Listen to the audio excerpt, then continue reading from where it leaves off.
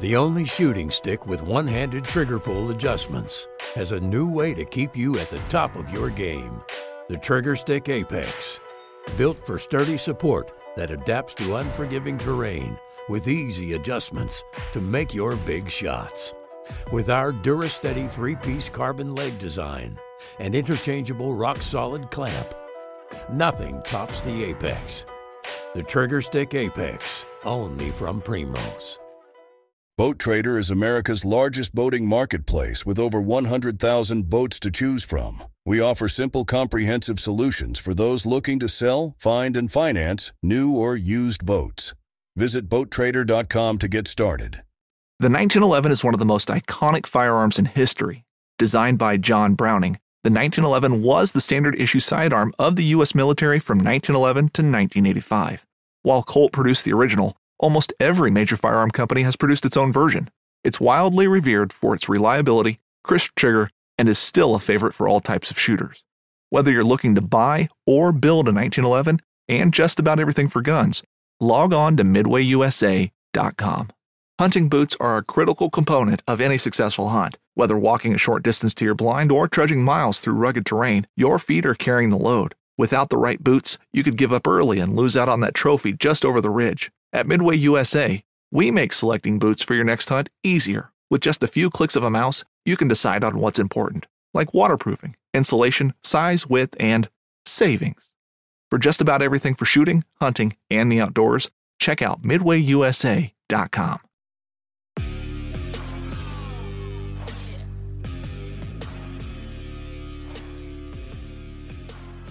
Hey everybody, welcome back to another episode of the Bowhunter Chronicles podcast, brought to you by Huntworth Gear. Huntworth Gear for all types of weather, all types of terrain, all types of budgets. It's clothing that just works. Check them out at huntworthgear.com. And if you haven't seen it, definitely go over to the Huntworth Instagram, or depending on when you're hearing this, head over to huntworthgear.com and check out their new Vertec pattern. So I was lucky enough to be able to see this well before it was ever released, before any of that. I got to check it out. I was in some of the photos for this pattern, and I've been, going over, looking at the pattern and all of that stuff. It is an extremely versatile pattern. Going to be great for early season, a lot of the Western stuff. It's got a lot of browns, a lot of grays in it. It's going to be nice for in the tree stand for breakup. It's not all green and dark, kind of like the Disruption or the Tarnin.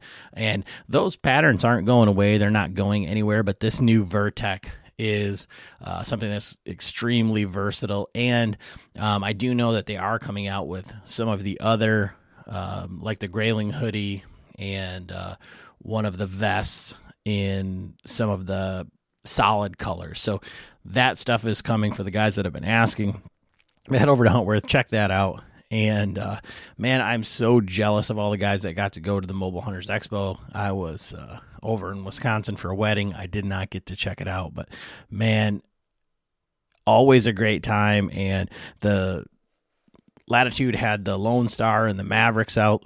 And if you guys got to check those out, if you haven't seen them yet, definitely look at some of the content out there that they've got for the Maverick and the Lone Star.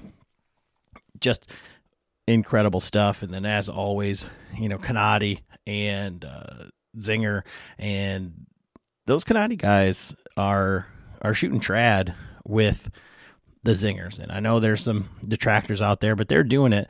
I'm going to have to get some to try for myself. I just messaged Brian to see if they did have 400 spine Kanadis, because they didn't the last time I was looking at arrows. So I'm definitely going to have to get some of those to shoot my trad bow with. And, Genesis 3D was out there. Genesis 3D has their actual store, brick and mortar in Ravenna, Michigan here. So if you're in the area, get a hold of Austin to get over there and check that out.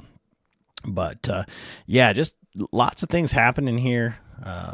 When I was in Wisconsin, that's was the guy. The wedding was for my cousin who does all of the food plots and everything up north with the Vitalized seed, and the pictures we're getting from that are tremendous. And Lucky Buck's doing well in Missouri as well as up there in the UP. So go check out those guys. They support the show, and by supporting them, you're supporting us. We really do appreciate it.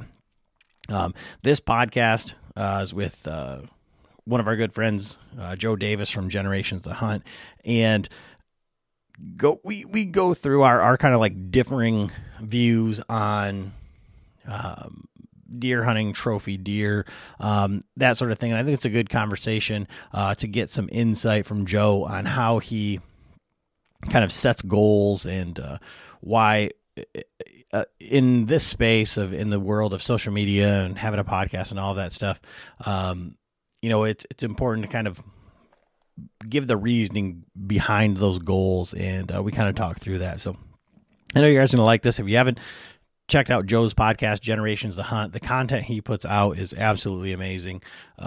His videos and reels and all that stuff. I know I've said it before, but definitely go over there, give him a follow, show him some love. And as always, thanks everybody for listening. All right, everybody, Adam back with another episode of the Bowhunter Chronicles podcast. And got a good friend of mine. I'll call him a good friend. I don't know if you would say the same. Joe Davis, Generations to Hunt podcast, and just kind of go through a whole bunch of different topics tonight, talking with Joe. We have some of the same, drives and passions, obviously, but we differ a little bit on things, like when it comes to, I wouldn't say like style of hunting, but like, I don't know.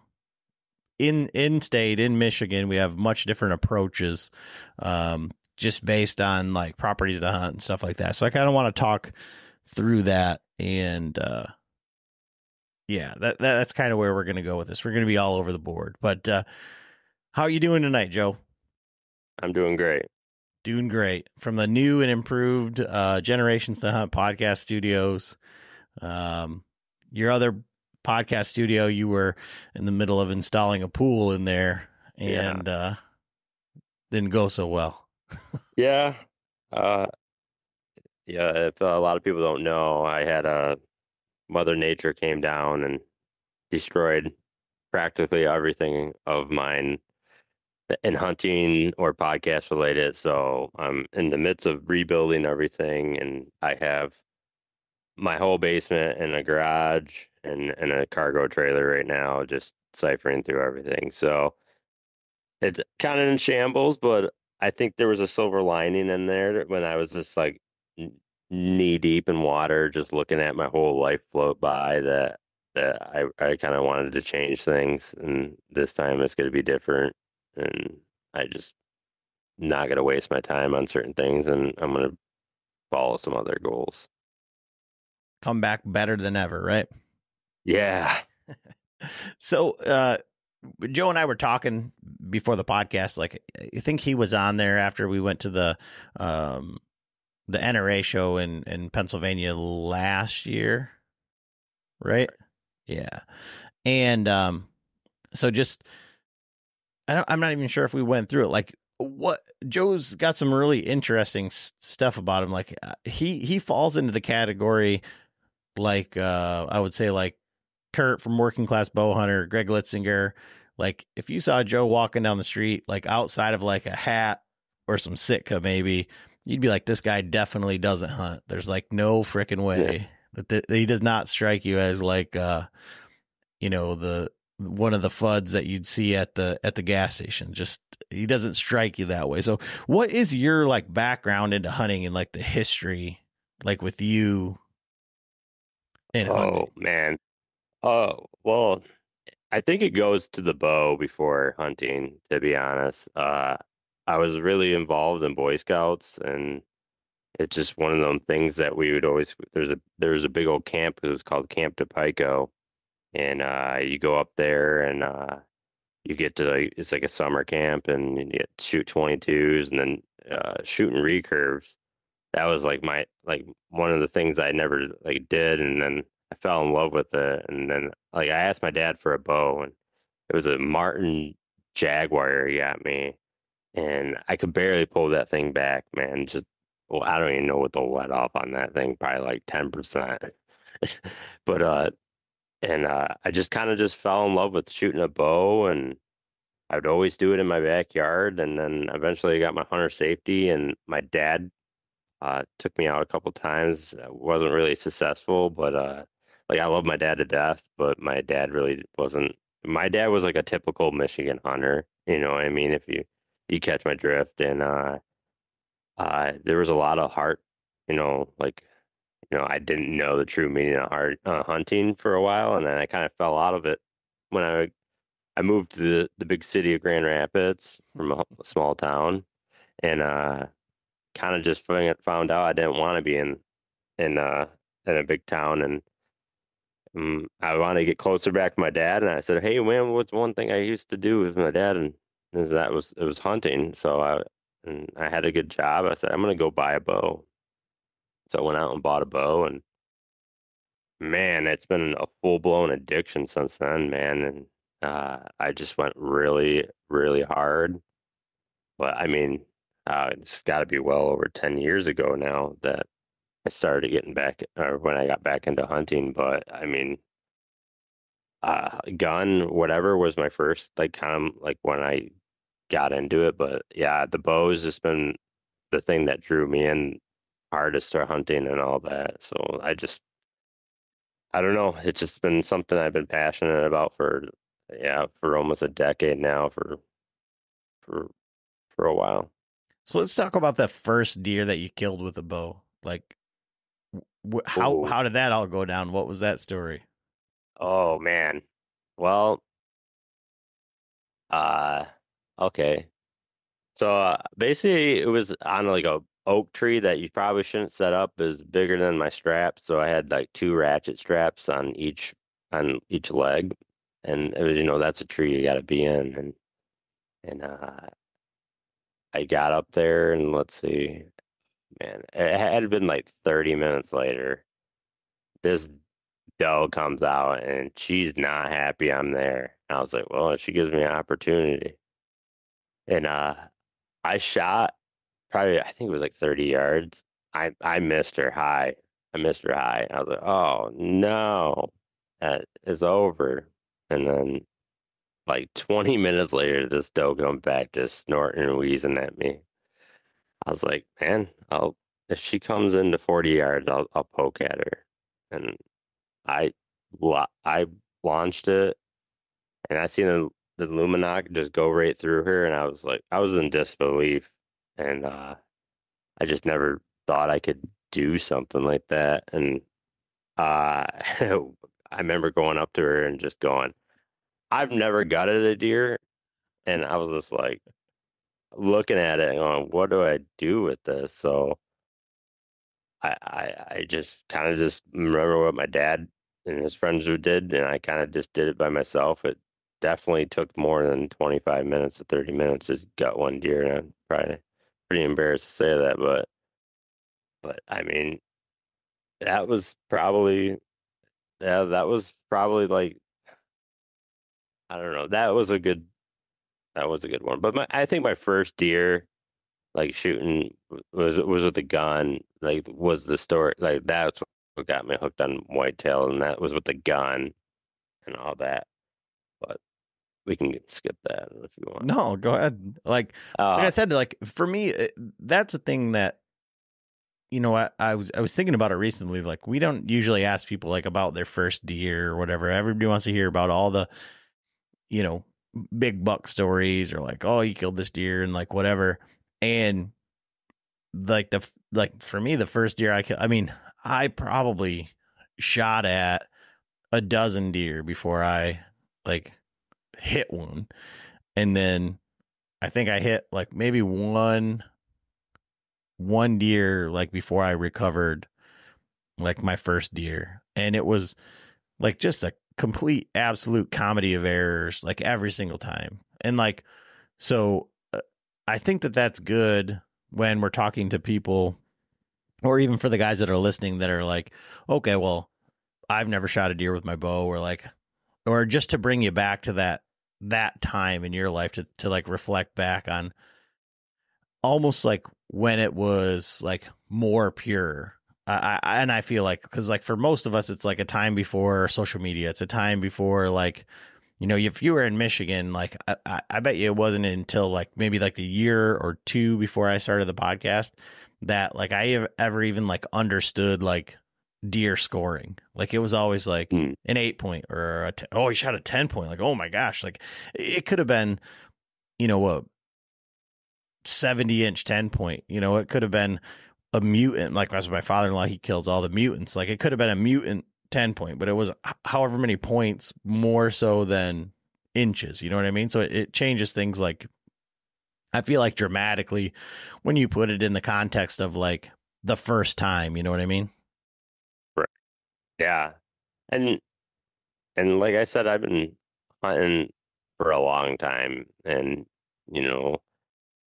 and last year I killed a doe with my recurve, and I never had an adrenaline dump like that ever, dude. It was like one of the, I don't know. That was like a weird kind of thing, dude. And uh, I still get that feeling, and I still like if I'm just happy with whatever, I love it. But like, I think that doe last year with my traditional bow was almost better than any buck I've killed. And like, I'm not no big buck killer, like I'm not shooting one like 80s or nothing, 170s or nothing. I mean, I shoot at them, but not hit them. But I mean, I just think you can find a new love, or you can find that passion with just little simple goals, man.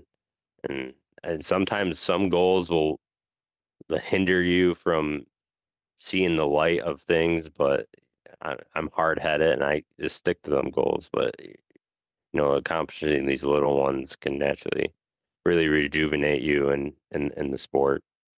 So with wasn't that deer this past year, that doe with the recurve, wasn't that another one of these multiple shot opportunity deer?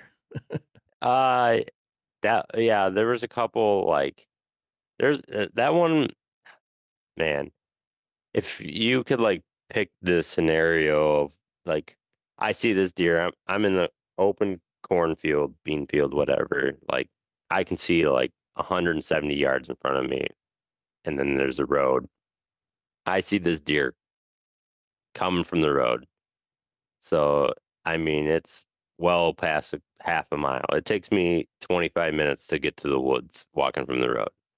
So I'm walking, and I just see it coming across the field. I'm like, if it hooks right, there's no way this thing goes down the whole tree line. And it hooked right, and it went another 150 yards in front of me. I'm like, this is meant to be. I think it was like 34, 35 yards. It's just kind of trotting. I just let my arrow go. It goes, shoots it right in front of it, and I just start laughing. I'm just like, the most perfect scenario ever, just blows up in my face. And then had it come around like 20 minutes later, and I shot in front of it again. I'm like, no way, dude. And then all of a sudden I just see her go back with a bunch, and then she came back with like 3 or 4 does, and I said, man, she's the biggest one still. And I shot a little bit high, but 32 yards I hit her. It's pretty, yeah, that was it, man. Not the best shot, but it got it done. I was just dumbfounded, man. It was been a long time goal to shoot one with a recurve. Yeah. So, Uncle Frank, my father-in-law, he always had said, you got to get an arrow in them, right? And then talking to, some other guys that are traditional bow hunters, they're like, you gotta shoot to hit them. And then once you hit them, then you figure it out from there. But it's like, I think we put and rightly so, we put so much onus on, being perfect, but the deer get to say, nature gets to say, like, I mean, last year, like everything was perfect for my setup too. And like my limb on my longbow hit the limb in front of me, and all hell broke loose at that point. And the arrow went flying, and the deer were running everywhere. And it's just like, you can't help but laugh at that point, but you still got to shoot, you got to take the shot. You got to try to, like you said, accomplish those goals. And if you're not out there doing it, but 32, 35 yards with a recurve seems like a long shot, but you got into some like competition shooting with recurves and traditional equipment. How did that all come about from like a Boy Scout background type? Just, I want to get into hunting. Well, I mean, I think it was like the biggest thing I was struggling with. I had a rotator tear, and I don't know, like for me, it was me like pushing, like basically the push pull method. Like I was pushing my riser, keeping my hand, keeping the it was my right hand that had or right arm that had the rotator tear. So I was just push pulling, basically releasing. So with my riser, and because I couldn't pull my compound, I couldn't get over the valley. And so I was like, well, I really love I love 3D archery, and I think the only thing I can do is with the trad bow. And I don't know how good people are, but I'll go out here and shoot it. And it's not a very heavy popular class, but I definitely started gaining some traction and the shooter of the year points and all that. And I just continued to do it for the whole season. And that's kind of where I met some great people, and there's some people that are really hardcore, and I don't even like know how to compete with them, but there's some definitely hardcore people, but it just definitely is a challenging thing because you're judging and then you have human error and all that, and you're picking your gaps. Are you overwhelmed by the hundreds of food plot mixes out there? Well, you are not alone. And Vitalize Seed has developed a program that takes the guesswork out of food plotting. Vitalize makes it simple with their 2 core mixes, Nitro Boost and Carbon Load. Nitro Boost is their spring-summer food plot mix, and Carbon Load is for planting in the fall, each having a diverse mix of over a dozen seed types that are highly attractive to whitetail. Food plotting made simple. Each mix provides necessary nutrients to the soil, making for better plots each season. This also saves you money by needing less Roundup and fertilizer every year. The 1-2 system simplifies your food plots just how nature intended. And for the more advanced habitat managers, Vitalize also offers a variety of natural amendments with products like their seed feed that offer seeds immediately available minerals ready as soon as they germinate. Make biology work for you. Order now at vitalizeseed.com. And all that. I mean, it really tests you mentally, and I mean, it's just like some people just think you're walking up and flinging an arrow, but there's a lot of things that comes involved, I think, with when you're judging and all that. If anybody knows target archery. Well, and that was going to be my next question for you, is that like, so for a lot of guys like myself, and there's, definitely others like within the Patreon group, then our friend group, all of that, who are, want to start shooting trad bow, they want to go start hunting with traditional equipment, like having done it, and not necessarily from the hunting side, more from the target side, which I think is probably like better to speak to.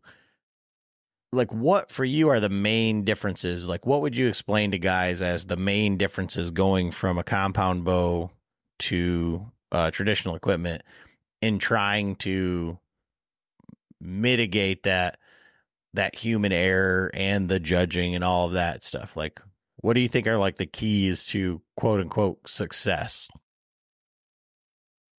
Well, I think actually shooting with layers on, like I can shoot in my backyard with a t-shirt, but everybody knows when you're in October, November, and December, you have multiple layers on. You have total different form when you're pulling the traditional bow back. And if you don't have a good knocking point, if you want to call it a knocking point, I guess in a sense, it's that will definitely change everything. And then I personally gap shoot, so like that's how I get my yardage, is I'll gap and space my fingers and all that out.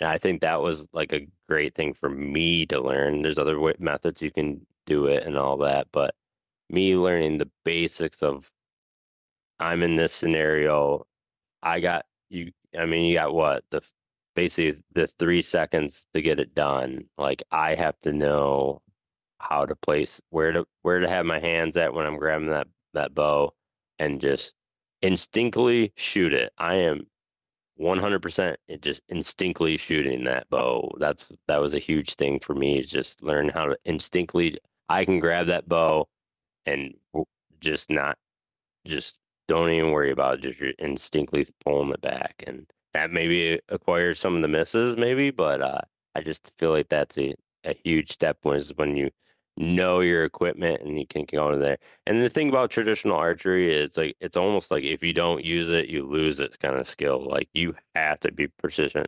Like I carry a big shot target with me. There's like I'll get that out when I'm getting everything out, and I'll fling 3 or 4 arrows about 10, 15 yards, and just to know that everything's on me. You know what I mean? Because going out there cold sometimes, like yeah, in the morning I'm not gonna do that. I'm gonna be honest, I'm not gonna do that. But in the afternoon, if I can take that, you know, 2, 3 minutes to fling a couple arrows, just to just know everything is just be on for me.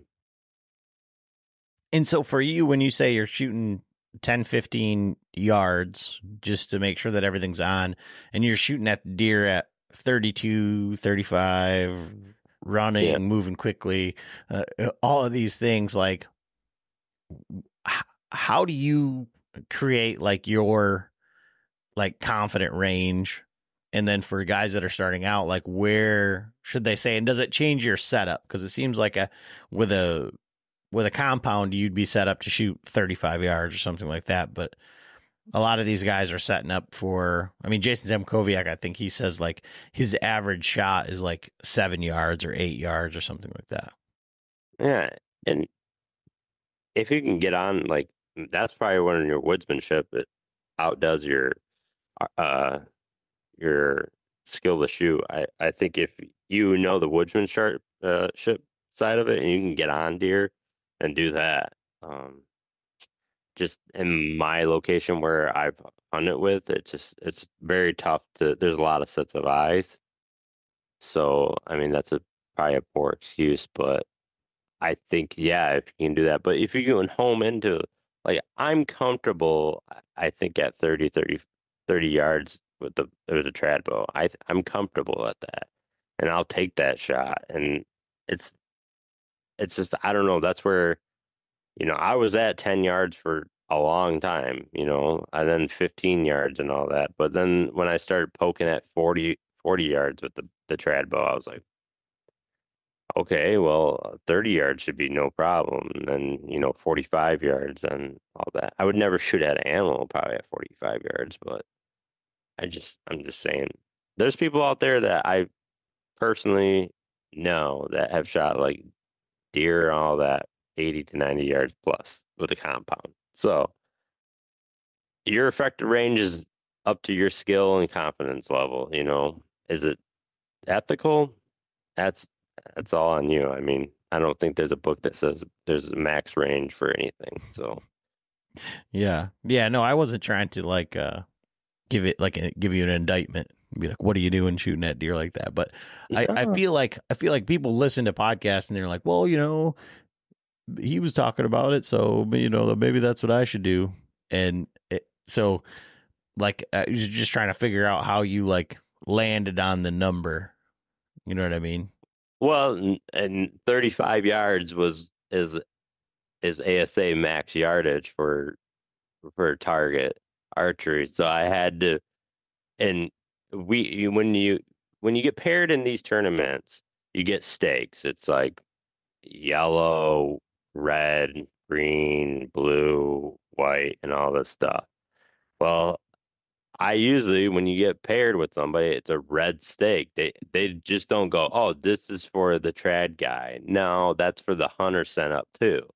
Like, so I gotta go. I gotta put my effective range up to 35 with the strat bow. Like, I had to learn that because at these tournaments, they go, yeah, like I said, they just don't go, this is where the trad guys did a shoot. No, they go, this is where trad, hunter, whatever youth or youth whatever target open classes are and all that. They're gonna shoot from the red stake. So like I get paired with all these guys that have huge advantage of me. So I had to effectively push my range out there and get to my outside my comfort zone and all that. And I think 35 yards sounds like a long spot, but I just feel like in the woods it's really not that. It's pretty close to me, but that's Yeah. just me. No, and, No, and I no think comment. that's a great explanation because, like I said, if you're trying to shoot 12s and 14s at 35 yards with a traditional equipment with recurve or whatever, then you have a much different skill set or proficiency, I guess, than like say myself, who's like, okay, well, I know I'm really good at 7 yards in my basement, and like I'm very good at 17, but you put me at 25, and it's like it gets iffy. You know what I mean?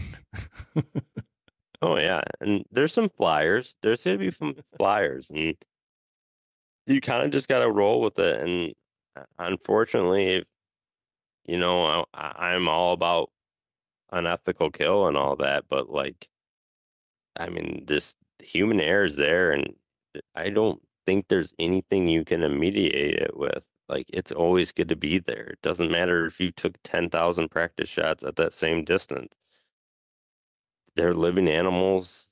They can step, they can walk, they can duck, they can dive. I mean, there's gonna be a point of disappointment in your life with the trad bow and with the compound, and even with the gun.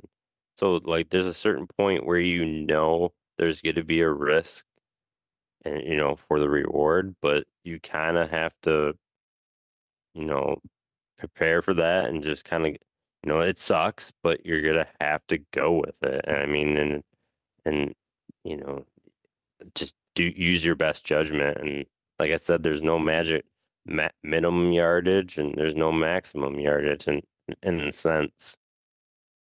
And so from that, so we go through like your origins of hunting and kind of like shooting a bow and traditional archery and all that stuff. Like, where did the podcast fall into that? And like, what was the like the origin story there?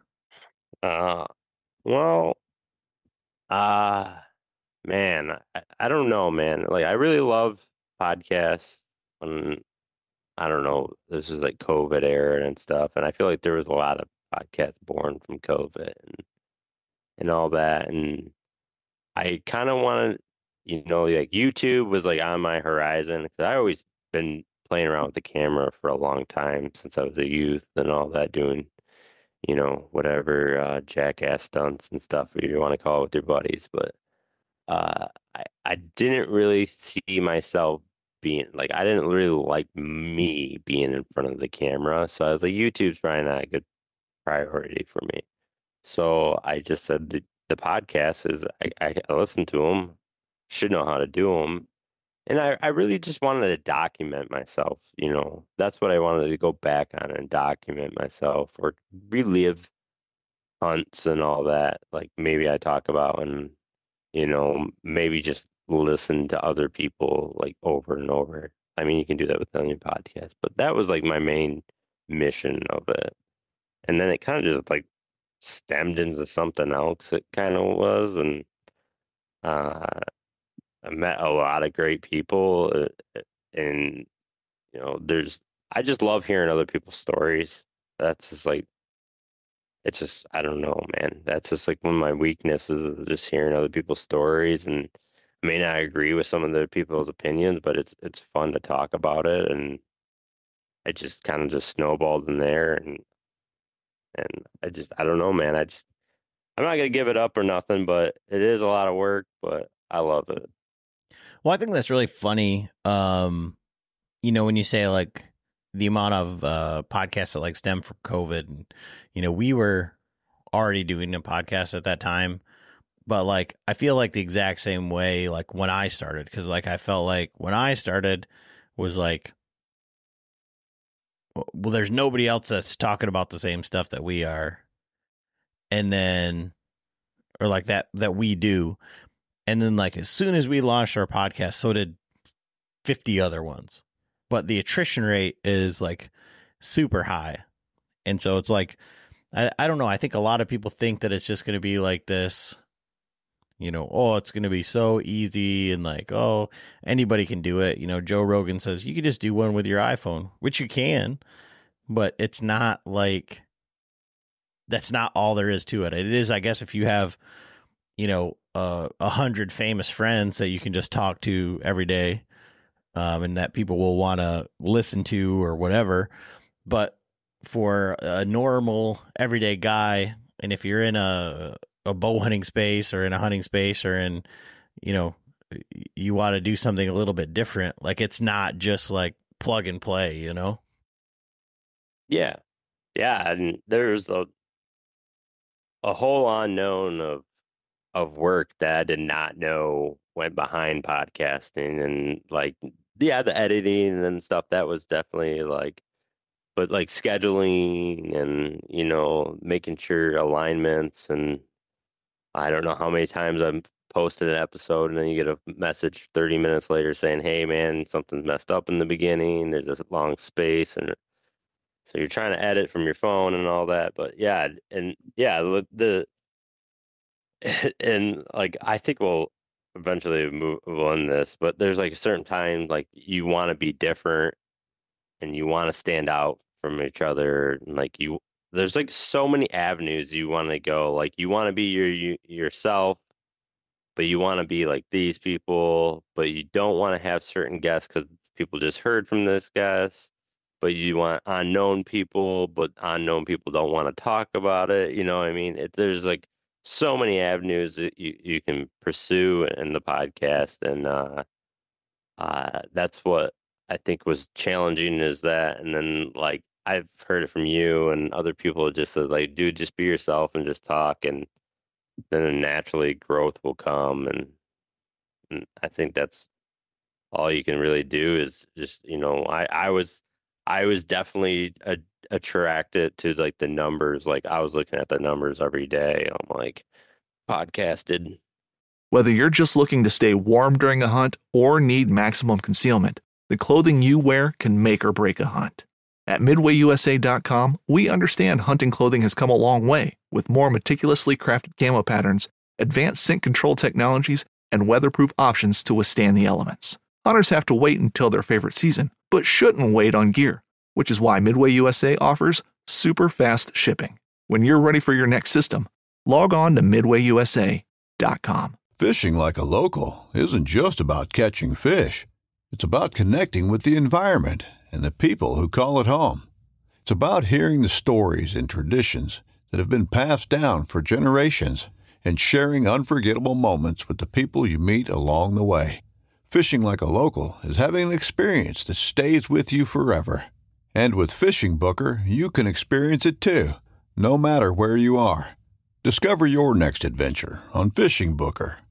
100, 200, whatever. Like, this is what we got. This is what we got to focus on. Then it got to a nasty trap where I'm just worried about numbers and performance. And I think you told me a story about one guy said, like, if I had this one guest on, it's going to make my podcast grow.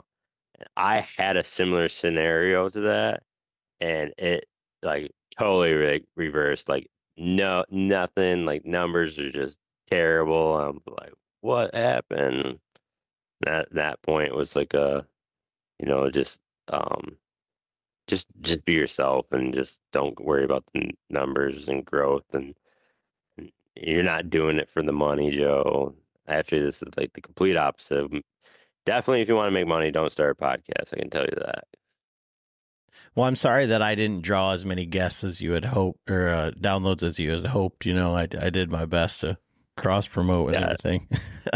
Yeah, it was definitely not you. I can tell you that. No, that was a really big podcast, and it's one of the ones on the Meat Eater Network. And he told me Ted Nugent. He worked for like a couple of years to get Ted Nugent on, and he thought, oh, this is going to be it. And it just wasn't. It was actually worse than one of his regular episodes with just him talking. And that I think that that's a good thing to like for people to understand, I think, is that like if you're thinking about doing a podcast, if you're creating YouTube videos, and I think that that's one of the things that is like I feel like that's where the trap is like the YouTube. Like if you look at like the YouTube views, like, oh my gosh, this one didn't get anything. Like you can learn from stuff and you can definitely learn from like the things, but I think like the personal feedback is like more important than like the masses. I mean, at least to me it is. Like I would rather have, a couple people message me or say like, oh man, that was great. I was at like when I do a podcast and people like message me and they're like, dude, I was yelling at my steering wheel, or like, I was like arguing with you and arguing with the guest at the same time, like while they're listening, like then you have somebody like, then you've done your job, and that you can't see that on a number of downloads or something like that. But it's just like that, being able to convey like the like thought process that you were trying to get across and do it like genuinely, instead of like saying like, I always say it like, that's why I'm the world's worst bow hunter, right? It's because it's not like, look at me. It's like, let's learn together. Let's do this together, And I think that that's more important than like any of the numbers. So like for you, like what keeps you going? Because it's like it is tough, right? And it's I remember talking to you like at the beginning, you're saying like it's a Generations to Hunt podcast, so I want it to be about just like stories and like whatever. But then like like it's very everybody's got a hunting story, but how do you talk about it for an hour or 45 minutes or like where do you get like information like stuff? So where have you had to pivot, or like if you'd say like from your first episode till the last episode that you recorded, like what's been the pivot, and what if somebody had never heard of your podcast, like what does it like encompass like now? Well, I don't know, man. I think there's a lot that we've changed from and all that, and I still like that. Like I think a lot of, when I was like first starting, we had a lot of local guys and stuff, and and I didn't want the big names. I didn't want, and I had some friends that great successful podcasts and great successful. I kind of like felt like I had to earn my badge in a sense. Like I didn't want to ride no coattails and all that, and that was a dumb method. That's dumb. Like if you have them, not use them. That's a bad word to say, but like definitely reach out to your friends, because it's like I said, it's not about the followers, but it definitely, the exposure is nice. And you make a lot of great people like that. I think that's like, there's like people I met from Oklahoma or did podcasts with, and he's like, hey man, you want to come down to Oklahoma anytime, let me know. Like that's awesome and stuff. But yeah, I think a big we wanted to just have like small local guys, or just like kind of just like all this. But I learned that and then like we had like stuff with like air rifles and stuff, and like I was just having everything in there, like trapping. I was like, we got to please the whole outdoor world and all that, and we still will do all that, but I just think there's like a certain lane you need to stay in that lane, and just you know you can't cater to all the masses, and you really just got to stick down there. And like I just like, I'm not gonna do no product. I hate product podcast, and you know better. You need to do product podcasts and stuff. Like you just don't make it sound like a hour and a half of telemercial. That's what it's our job to make sure it doesn't sound like a Hallmark commercial or whatever. I mean, I can't remember what the station on where you turn it on at 2 o'clock in the morning and it's selling samurai QVC. swords. Or yeah, you see. It's your job to make it sound to not make it sound like a sales pitch and all that. So like the ones I was listening that I hated product podcasts is because they weren't doing their job and all that. So I guess like from like the local guy side of it, it's difficult because there's a lot of guys, like local or not, that are great hunters that are terrible guests. Yeah. Like they don't like to talk about, because I think hunting for a lot of people is very close to the vest, and when you were saying that about like, you have like, friends that you didn't want to quote unquote use, and you're like, that was a poor approach. I feel like that's somewhat like, if somebody gave you like a bunch of pins, like if you were having a bad season or something and somebody's like, well, just go here, like go try over here. And you're like, nope, I'm going to not kill anything, not see any deer. And I'm going to keep doing it wrong just because I don't want to shoot your deer.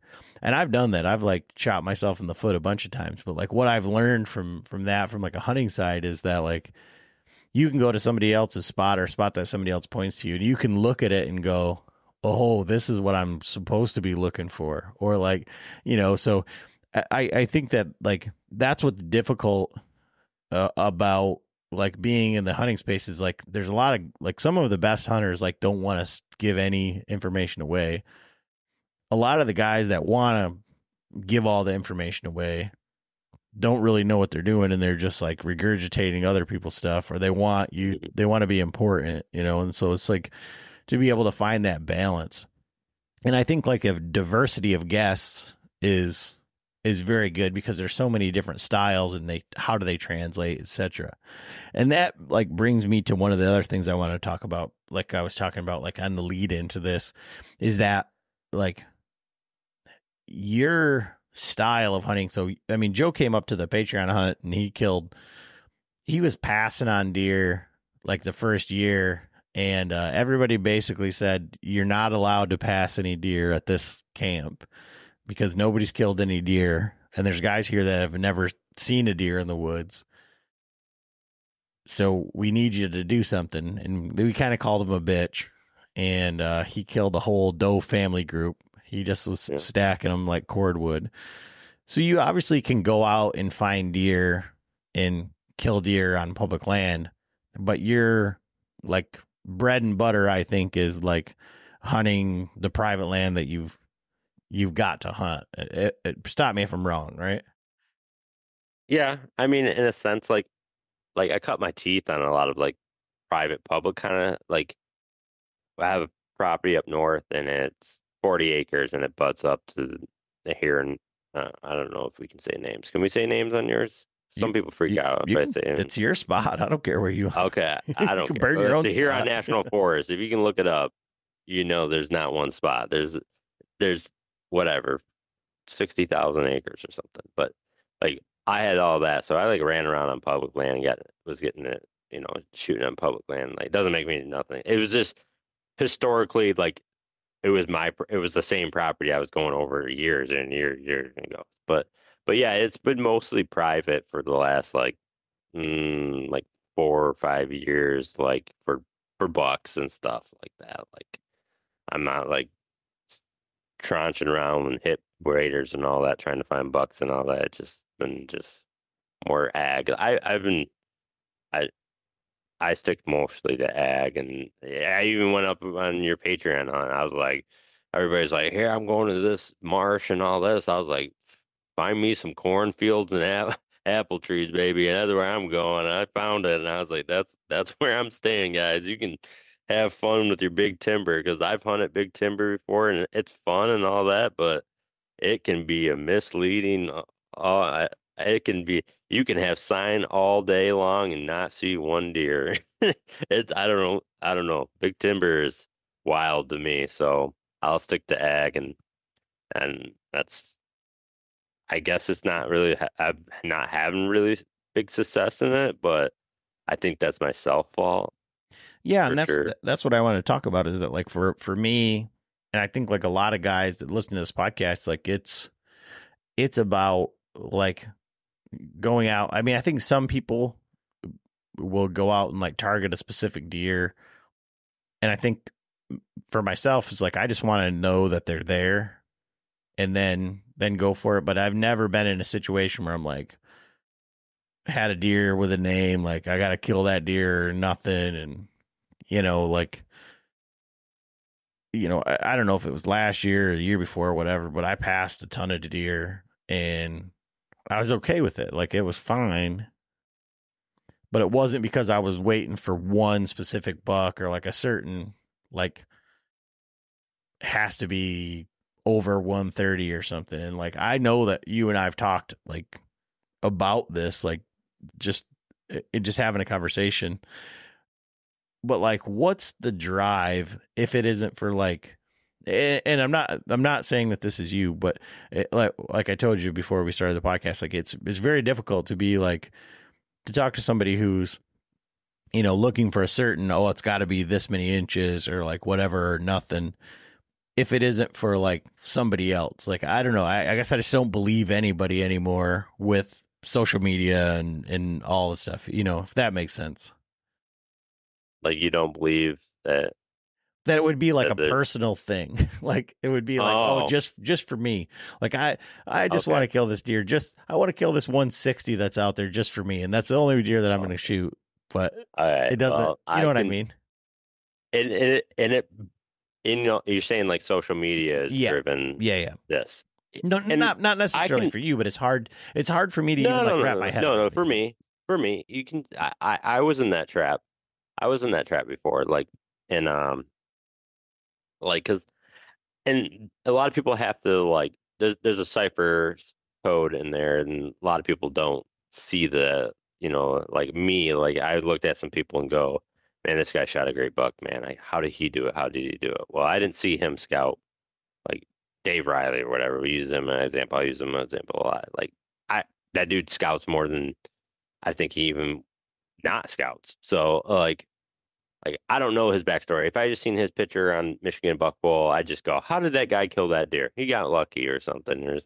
No, that guy has tons of work. So I don't know everybody's scenario.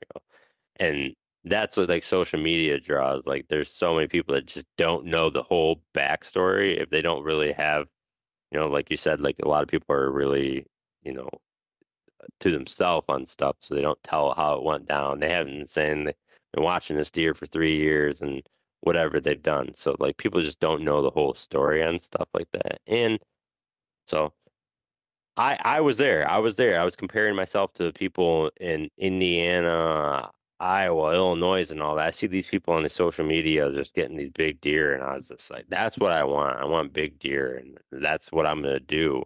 Well, just because you pass 100-inch deer doesn't mean next year you're going to have 150.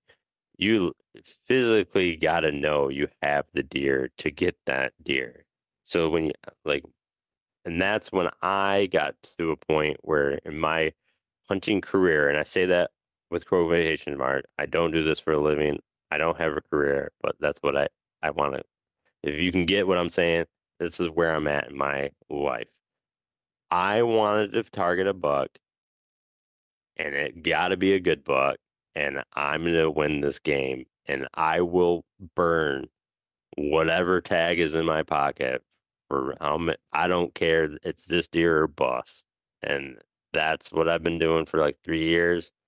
And I get sad about it, but through the Blackwater bayous and in the dark Louisiana night floats a duck camp, alive with the sounds of swamp pop and the smells of Cajun cooking. From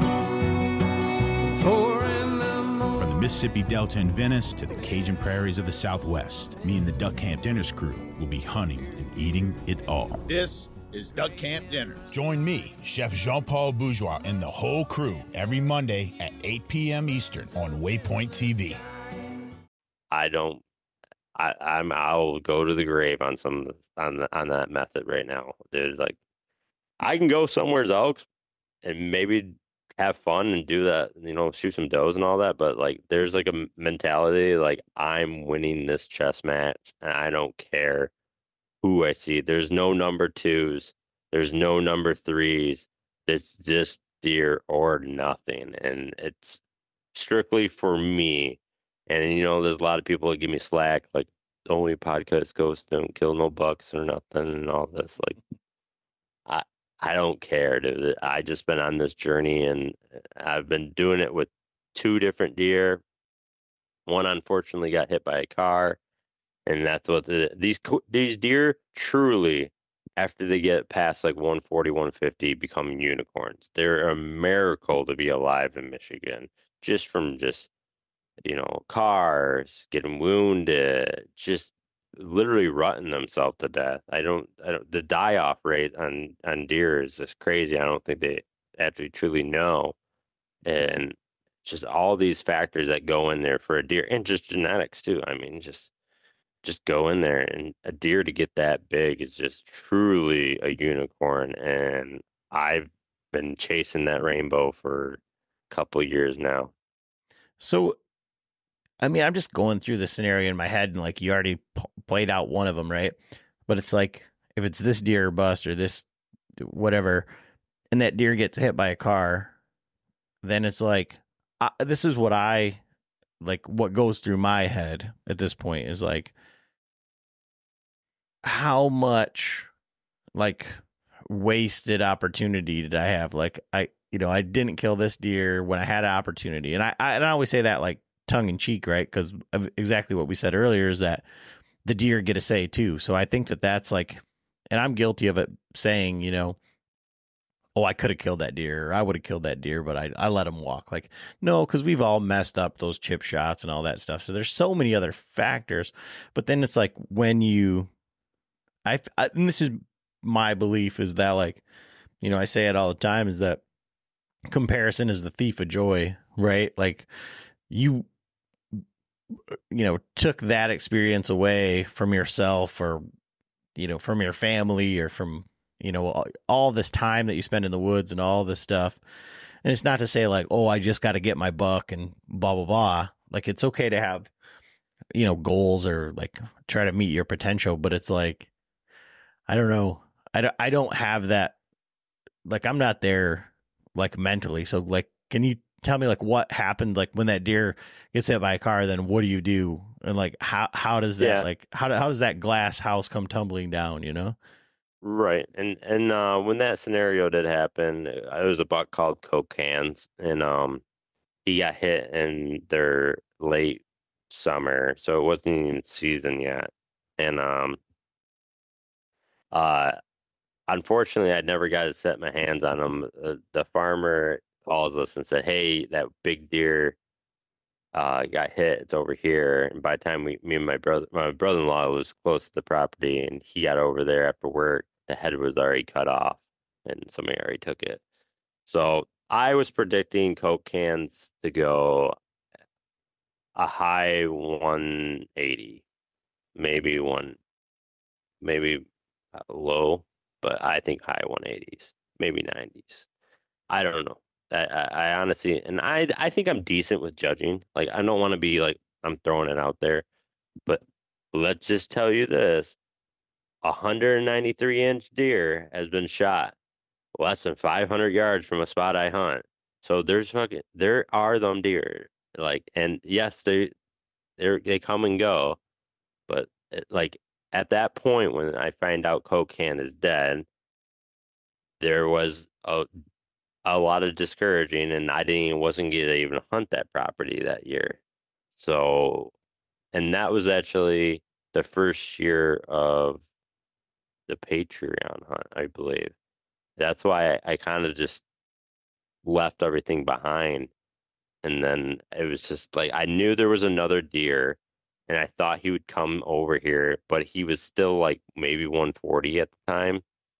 So he wasn't really like too crazy. And then that year that Cocan died, he definitely like started showing more potential, and he was a lot bigger than 140. I can tell you that. But yeah, when you find out your deer that you've been chasing for 2 years dies, and it's just kind of you passed, like you said, you passed a lot of deer, and you kind of just realize, was it worth it, or like did I make a mistake, or all this stuff. Like definitely, there's definitely a spiral, because in a lot of scenarios that happens, there's not another deer.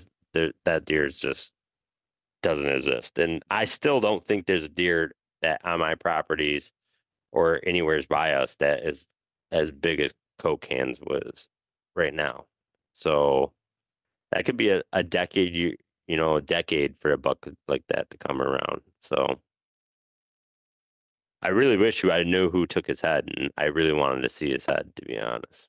So what happens now? Like, in a scenario like that, like when you go from, watching and like, having all this history to kill this deer, and it's gone, and then there's no, so you got a deer that's like 140 or whatever. We hear all these guys say, and I think you said it like earlier, like there has to be a deer there of the caliber that you want to kill, right? Mm-hmm. So then what do? Do you just say, okay, I have a new, my new goal is to kill this 140?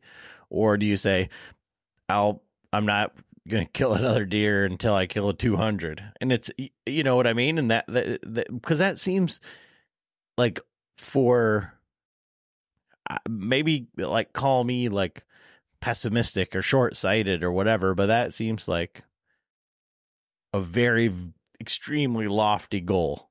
Yeah. Yeah.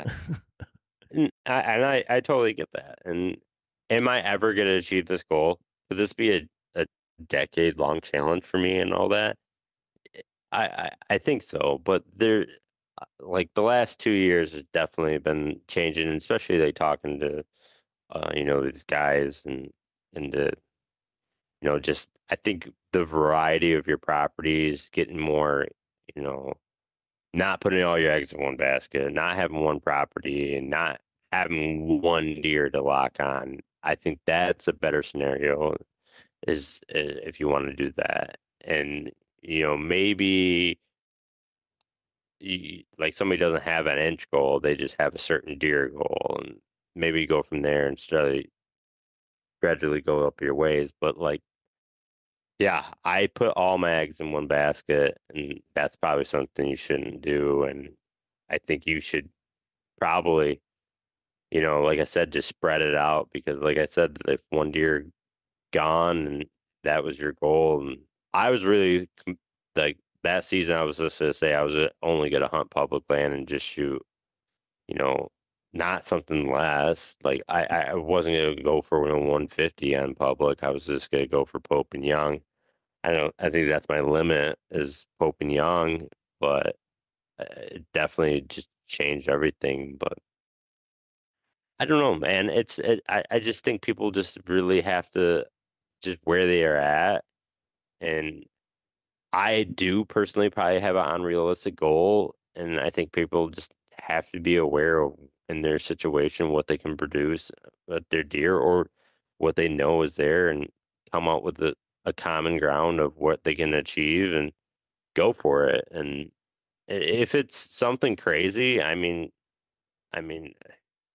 who's me to say no to your goal? I mean, you want to shoot 190-inch buck, go for it, man. But you're not gonna shoot one in the meantime.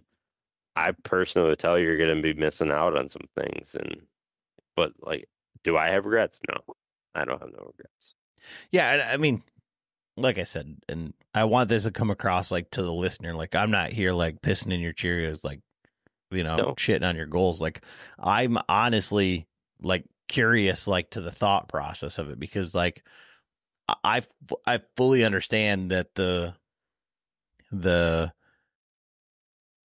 Greg Litzingers and Andy Mays and, there's all these guys, Joe Miles, they have a much different thought process and mindset than 99% of the rest of the world, the country, when it comes to whitetail hunting, goals, all of that sort of thing. And then, you could throw, David Riley in there with like work ethic and skill set and like completely understanding the properties, but it isn't one property and it's not one deer. And so that's the hardest part for me to like wrap my head around, is just because like I don't have that, like, I guess I'm just not that driven, which is weird to say, for as much as I hunt and for as much as I like to be in the woods and to, be out scouting and walking around and doing all that stuff,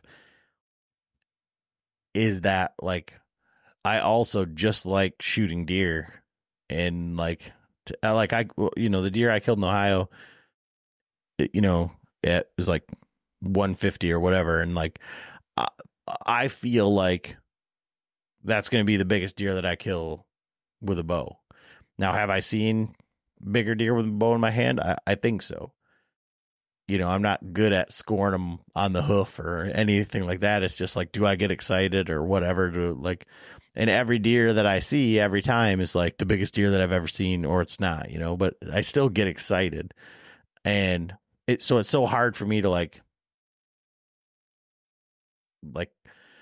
to steal away that from myself. You know what I mean? Like to be my own worst enemy. So I'm like really trying to figure out like how that, and like you must have like the most like understanding wife like in the whole world. Like, did you shoot the biggest? Like it's such a strange like thought to me.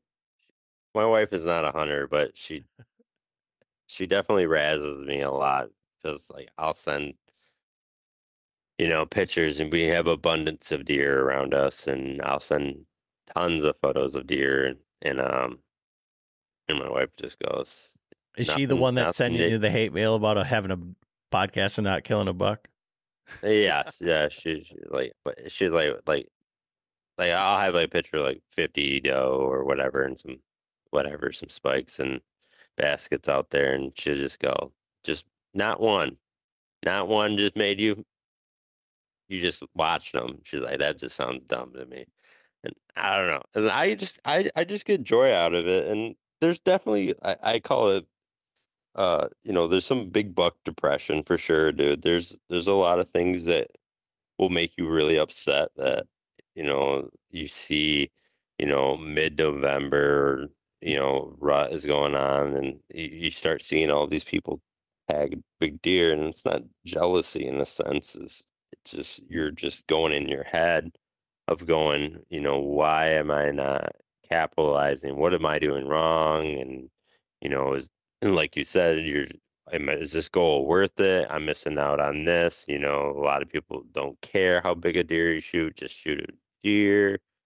So it's like, there's definitely a lot more devils on your shoulders than angels. I can tell you that. But well, and I think that like even in your scenario right there, I'm thinking like that devil, like you're in a weird situation, because even the angel is the devil saying like, if just go ahead and shoot him because you're a bitch. Yeah. Because like at this point, it's like you're so committed that if you go back on that, like it's like you let yourself down. So it's like, it's like that's got to be like, it's so hard. Why would you do that to yourself? And I don't know, man. I'm just one of them people that is pretty stubborn. When I get something in my head, I'm going to do it, or I'm going to find a way to almost achieve it, or I'll hurt myself. It doesn't matter. I want to achieve this goal, and I'll do it. And I can tell you, it was not short of lack of trying, dude. It's not like I want to, and this probably sounds crazy, but I had to have over 100 sits last year. Just in that one property. And it's not like I was over pressuring it too. So just setting up and just moving, just setting up and moving, and unfortunately, like I did have an opportunity to shoot one of my target bucks with a gun, and I missed them. So that's definitely a heartbreaker too. So it doesn't mean you do everything right. You still can have human error, and it just sometimes just doesn't go your way. And I don't know, man. Just you really just have to. And I will high five anybody. They shoot a spike, they did shoot button buck, whatever. I'm high fiving all you guys. I mean, your goals can be that minimal, and I'll support you all day, man. And like I said earlier in this podcast, like huge adrenaline. I got shooting a doe with that trad bow. Like, if I could just do that like 4 or 5 times a year, I don't care about bucks, to be honest. I'll just do that then. I mean, if I can't get that 100, I don't know what he's going to be this year, but if he's not, if I can get that big buck I'll just shoot does with my trad bow or something. I mean, I don't know. A freezer queen to me just gets me pumped up too, man. I hate the monarch does, dude. They're so smart, dude. Man, they pin you down one time, they know you forever, man. I don't know how they do it, but some of the monarch does, dude, I swear they're smarter than any buck, dude. Some of them bucks are just so dumb, they just come in there. I've had 120s where I could freaking jump on their back, but these 4 or 5 year old does, man, they catch your one time, dude. They know that tree for rest of their whole life. So what do you got going on this year as far as hunting? Like anything out of state or? Well, I don't know. I don't know, man. Like, I speak earlier about my basement just getting absolutely destroyed. So, like, a lot of my gear just got trashed too. So, like, I don't know what I'm gonna do. Like, I think Indiana's like, I'm not going far from home. I really wanted to go out to Colorado for the last OTC season. Like, I've been telling myself I'm gonna do that for the last 5, 6 years, and I never. And especially with this unfortunate event, there's another excuse where I can't do it. So that is no longer on the table this year. Uh, I think Indiana's gonna be my big one. Ohio, maybe. I just don't know how deep. I feel like you have to go super deep in Ohio, and I don't think I have the time for that right now with a young family. So I think Indiana, I could swing Indiana a couple times. A lot more public land stuff. I work in Detroit area. There's some game areas around Detroit. I'm gonna do a lot more public land. I'm gonna focus on, and people always ask me like, "Oh, do you have a goal on private and then you got a goal on public?" Like, I don't know. Like, I'm just trying to pull myself away from this one property that I've been hunting and all that, just to get away from that one deer, so I don't assess over this one deer.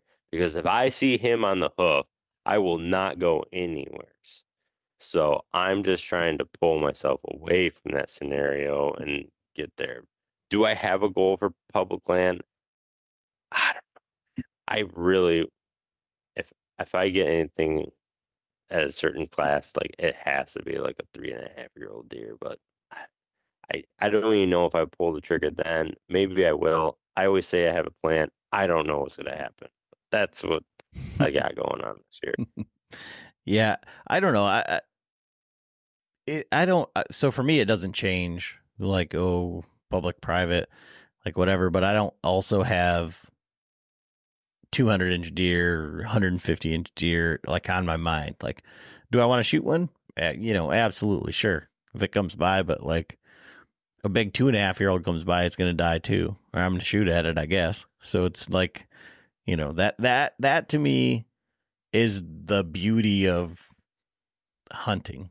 It's like I like the not knowing, and I like getting excited about it. Yeah, and that's what you have to do. I mean, there's a big buck over that next ridge. There's always a big buck over that next ridge. So just keep telling yourself that and have fun. Just have fun doing it. And I can tell you, like, I've learned from the last 3 years of doing this and all that, like, the animals really doesn't do shit for me anymore. Like, it's all about the camaraderie and just hanging with the guys. If you can get a core group of guys like that, like what you have and all that, you can make anything happen, and just naturally a fun time and all that, and something you can look forward to. So I think that stuff is way more important than inches sizes and all this other stuff. And I just think that's what a lot of people should focus on. If you want a good goal, is just to, have a good group of friends and enjoy your time, because there's some people that you're best friends now, and 4 or 5 years later you don't know anymore. So, like, just live in that moment and just have fun together and get out there and razz each other for sure, but just get out there and be together. But I think there's also like to be to relish in one another's success. I think that like that's the thing. Like when you said that, like, oh, you might know somebody now and then 4 years later, like you guys aren't even friends. Like I feel like there's a very like realistic component to that, like within like the big buck hunting community. Because it's like let's say that me and you are cool and you're like, okay, well, here's where this big 190-inch buck is that I'm hunting. And then I go over to the neighbor and I'm like, hey, I got 10 grand. I'm going to hunt here. And I kill your deer and I get, you know, we're not going to be cool anymore, you know, but I shot the big deer. And I think that happens more when you start to pursue big deer like that, and like when that becomes the focus, you know. And I think that, you know, being like, I think like when like we were hunting in Indiana, it was like a microcosm of like the Patreon hunt. But, you know, in that scenario, like you got there early, you found some deer. Me and Eric tried to find, you know, we went and hunted, and you're like, hey man, there's still deer over here. We went over there and then we were back in the deer. And if anybody would have killed a deer, it would have been fine. It wasn't like we were like hunting right on top of you, like, oh, but at the same time, I don't think you would have been disappointed if we shot a deer and it wasn't like we were stealing your spot. You know what I mean? But I think if it was a 190 that you saw over there or something, it may have been different. Or if we just went back the next day and the next weekend and just, you know, like it changes. Like I think big deer like change people that have the wrong or have different ideals, you know? Yeah. And I told, yeah, dude, I've heard some horror stories about other people and big deer, and like there's like them stories, and you know, like that big deer that was shot in Ohio, like that one deer, the dude, the Alexander buck or whatever. Like you hear all these stories so quick, and you're just like, it's half the time you sound like it's a witch hunt. To be honest, there's so many people jealousy and all that. So it's like I definitely can say that, but I can say this that I don't know. It might not meant it like this. It's not my deer. I don't own a deer. I don't have a pet deer. These are wild animals. If I watch my neighbor blast it on opening day of a deer I've been chasing for years, I will be the first one to go over there and high five him and all that. Because congrats, man! Like you did it. I mean, like they're not my deer, and if somebody gets the joy out of it and all that, and I think you said it one. I think you were talking about when Tom Taylor, like I didn't shoot that. The only thing I didn't do is shoot that bear, but I got a bear. You know what I mean? Like you were there, you were enjoying it, like you lived in that moment. And I think a lot of people need to focus on that and all that, because like once I die, my taxidermy doesn't mean shit to anybody.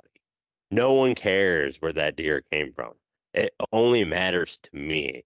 So like I don't like it doesn't that doesn't matter. Like the stories that live on, you'd be like, oh, my buddy, you know, Adam with me when I was shooting this bear and all this and all that. Like that's what the real important is. Like this, or the stories like this was my first buck and all this. Like that's what matters, is just telling the stories and all this. But the taxidermy really doesn't matter. And I, like you said, it's just, I didn't pull the trigger, but you know, at them camps, when one person gets camp, we all get a deer. We all chip in. We all help. And I don't think anybody, if anybody asked at one of your camps or Patreon camps, asked for something, I don't think anybody would tell you no. Yeah, somebody would help you. Yeah, and I mean that is the, you know, I'm glad that it comes across that way, and I'm glad that that's like some of the big takeaways, because I think that stuff is like the most important. But I wish that people could see it the same way. You know, I wish that was the norm. I guess I wish that's what people could throw some inches at, you know, like Mm. you can't quantify that, and that's the hardest thing, you know, is because I think people, you know, often measure themselves like you were saying, like how come all these people are shooting deer and I'm not shooting deer and blah blah blah. And I think like you could look at any of the pictures from the last 2-3 years of all the people together smiling and carrying on and all that stuff, and like those should be the trophies. You know what I mean? Instead of, and especially like in today's day and age where, you know, you don't even know what to, you get yelled at for calling somebody like for like being like, oh, excuse me, sir, and like that's the wrong, you know, you know.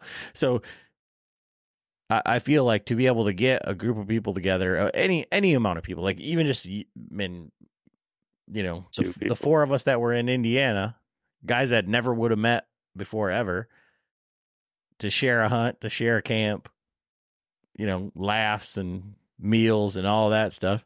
And like, maybe you do still think I'm a psychopath just for eating Chef Boyardee, like right out of the can. Like you don't even need to heat it up. That's like botulism right in that. And then now there's listeria going around. Man, I'd be careful eating that. Man, I don't know, man. That's just not normal. That's definitely some military. Keep your immune system up. I don't know. Yeah, I totally like I wish people could like measure, and like I want to use this example, like, you know, that picture I just posted of you, like only a handful of people will know that true story of you staying up as basic. Well, I don't know how many times we heard it, you staying up longer than you should and then being up 30 minutes later. Like there's some inside stuff like people just don't know, but like us automatically when they see that picture can just go back to that moment and just remember it. You standing there with 20 minutes of sleep and a coffee in your hand. I mean, it's like that's the stuff that you should be measuring your success on. Yeah. Yeah, no, I completely agree. So for you, like what's next in the podcast and content space? Like if you guys haven't checked out Joe's stuff, definitely check out Generations of Hunt. Like he's very humble guy, but he makes like amazing like content. Like he needs the Greg Letzinger shirt that says chasing comments, you know. And Greg will appreciate that because his shirts say chasing moments, but I always make fun of him because I say it's chasing comments. But Joe makes incredible content. He does a great job, like an incredible job. And so what's next for you with Generations of Hunt and the podcast and content and all that stuff? Yeah, I think there's going to be a huge shift in my priorities right now, just, you know, with everything going on. It's going to take me a minute to rebuild on some stuff, and I definitely want to explore the video side of things a lot more, like video podcasts a little bit too, but like just the actual videotaping of hunting and all that. I think I'm going to go a lot more into maybe bringing some guys on and all that and helping me film some stuff and actually getting some stuff going on that and doing some more stuff like that, and definitely more, you know, shorts and all that. But, you know, like we said earlier, there's like a lot of podcasts out there, and I think if you stay in the same lane, you will always be in that lane. I think you need to get outside your comfort zone, and I think there's a shift in, you know, TikTok and all that, like short reel content. Like I think America just has a short attention span, and I get it. There's quick, just flash, flash, flash, flash, reel, 30 seconds, you're done. You get the point. I get that. I think there's still going to be a market for that. But I think I want to explore the long side format of stuff a lot more. And I think that other short stuff can be filled in there and all that. But I want to explore the photography side. Like I said, I've been doing video stuff for a long time. I feel like that's the avenue I really want to go down. I'll still podcast and all that, but I just feel like I really want to get in the video side of the outdoors and all that. And I say I don't want to be in front of the camera. I'm gonna have to push myself to get in front of the camera because you got to make videos. You can't just have it of products and all that. You got to be in front of it. So I think that's the next step for the podcast right now. And redoing the logo. It won't like I'm not getting rid of the old logo. I'm just bringing new stuff in there, fresh stuff, constantly changing stuff, just basically and all that. And then there's some other stuff in the works, but I think there's going to be new aspects of it and all that I just am going to pursue. I think it might not be for another 6 months, but like I'm just going to constantly change and evolve and just put this thing on forward. I really want to take this to the next level. Last year was great growth, and that was to some tremendous people. You yourself, I mean, you helped me out so much, but I really think there's potential for a lot more, and I want it. And so where can people follow along? Like where should they be checking out? I mean, anywhere. It's Facebook, Generations to Hunt. Instagram is like the most like I'm on. Like if you want to talk to me, Instagram.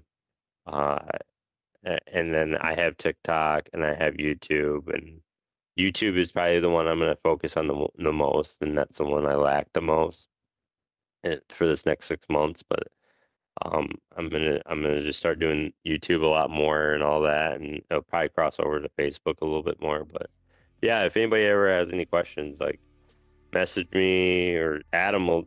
I'm sure Adam, if they really want, ask Adam. He'll give me my phone number. You can reach me out on that. But yeah, Instagram, I'll always respond. I run all the social media and all that. I do have a co-host, but I run all the social media and stuff. So you'll be talking to me. Awesome. Well, I appreciate the time, man, and I can't wait to catch up again this fall and steal some pins from you for some doe family groups.